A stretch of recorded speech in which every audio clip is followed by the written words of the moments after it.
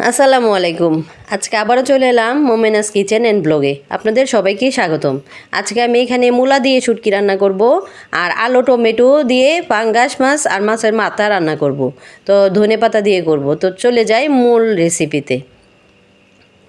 তো এখানে আমি রান্নার যত উপকরণ আছে সবগুলি একদম কেটে ধুয়ে গুছিয়ে নিয়েছি।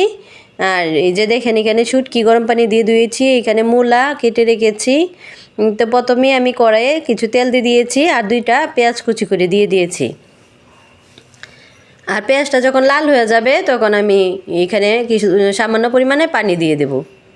আর এক চামচ না 1.5 চামচ মরিচ গুঁড়া, আর 1 চামচ হলুদ গুঁড়া, 1 চামচ ধনিয়া গুঁড়া, পরিমাণ মতো লবণ দিয়ে আমি মশলাটা কষিয়ে নেব।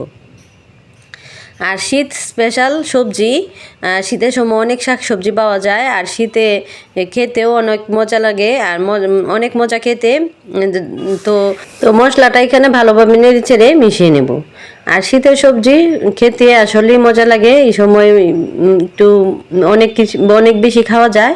আর এই যে পাঙ্গাস মাছ, এই পাঙ্গাস মাছটা একদম কোনো গন্ধ নাই, গন্ধবিহীন। তো টমেটো আলু দিয়ে ঝোল রান্না করলে সেই ঝোলটা খেতেও অনেক ভালো লাগে। তো এখানে আমি মাছটা কষিয়ে তারপর টমেটো আর আলু দিয়ে দিলাম। আর আলু টমেটোটা আমি ভালোভাবে মিশিয়ে নেব। আর রান্না করতে করতে এটাই চিন্তা করি, এত কষ্ট করে ভিডিও বানাই, কিন্তু আপনারা কেউই আমাকে সাপোর্ট করেন না মনে হয়। লাইক পড়ে না, কমেন্ট পড়ে না, আর ভিউতে একেবারে কম। লাইক কমেন্ট তো হয়ই না। তো আপনাদের কাছে কেমন লাগে আপনারা অবশ্যই জানাবেন। মন্দ হোক তাও জানাবেন, ভালো হোক তাও জানাবেন। আপনারা যদি মন্দ বলেন বা কিছু বলেন তখন আমি শিখতে পারবো যে আমার ভুল আছে, আর আমার ভুলটা আমি সংশোধন করতে পারবো। আপনারা যদি কোনো কিছুই না বলেন, ভালো বা মন্দ, তখন তো কিছুই বোঝা যায় না যে আমার ভিডিওগুলো কি ভালো হলো নাকি খারাপ হলো, এটা কিছুই বোঝা যায় না। আপনারা অবশ্যই ভালো হলেও বলবেন এবং খারাপ হলেও বলবেন। তো এখানে আমি ভাজা জিরার গুঁড়াটা লাস্টে দিয়ে দিলাম, আবার ঢেকে দিলাম। ঢেকে দেওয়ার পর এখানে আমি ধনেপাতা কুচি দিয়ে দেব। মাঝে মাঝে মনে হয় যে ভিডিওটা আর করব না, ধৈর্য হারা হয়ে যায়। আবার নিজেকে নিজেই সান্ত্বনা দিয়ে বোঝাই যে না, আচ্ছা চেষ্টা করতে থাকি, ধৈর্যের ফল তো আল্লাহ বলছে মিষ্টি হয়। তো অনেক সময় দেখা যায় যে সাবস্ক্রাইবগুলো চলে যায়। যখন একটা সাবস্ক্রাইব হয় তখন অনেক ভালো লাগে, কিন্তু তৎক্ষণাৎই দেখবেন যে সাবস্ক্রাইব আবার চলে গেছে।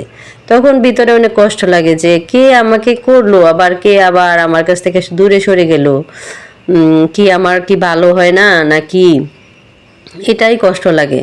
যে এত কষ্ট করে ভিডিও করি আর ভিডিও বানাই আর এই কাজ করি ইউটিউবে, যখন আপনারা পাশে থাকেন তখন অনেক ভালো লাগে। তো এখানে আমি রসুন আর কাঁচামরিচটা তেঁতলে নিয়েছিলাম, এটা একটু ভেজে তারপর এখানে আমি কেটে রাখা মূলাটা দিয়ে দিলাম, আর যে শুটকিটাও দিয়ে দিব। আর এইভাবে শুটকি রান্না করে দেখবেন যে অনেক মজা খেতে। আমি এই সিজনে মূলা দিয়ে এই শুটকিটা অনেক পছন্দ করি। যে কোনো শুটকি আপনারা রান্না করতে পারবেন। আমি এখানে হাতে শুকানো শুটকি দিয়ে রান্না করে নিলাম। আপনারা ইচ্ছে করলে বাজার থেকে কেনা শুটকি বা যারা হাতে শুকাইতে পারেন, বাসায় শুকাইতে পারেন, তারা এই যে এইভাবে রান্না করে দেখবেন। এটা দিয়ে অনেক মজা করে 1 প্লেট ভাত খেয়ে নেওয়া যায়, আর অনেক সুস্বাদু হয়। তো আমি ঢাকনা দিয়ে ঢেকে দিলাম খানিকক্ষণের জন্য। যখন কষানো হয়ে গেছে তখন আরেকটু ঝোল দিয়ে দেব। আর একদম অল্প ঝোল দিয়ে এটা রান্না করব, যেহেতু মূলা সবজি অনেক নরম একটা সবজি। আর এইভাবে অনেক মজা পাতলা ঝোল করে মূলাটা খেতে। তো সবাই আমার পাশে থাকবেন এবং আমাকে সাপোর্ট করবেন। আর যদি আমার ভিডিও ভালো লাগে অবশ্যই আমার চ্যানেলটা সাবস্ক্রাইব করে যাবেন এবং বেল আইকনটা বাজিয়ে দিয়ে যাবেন। আল্লাহ হাফেজ।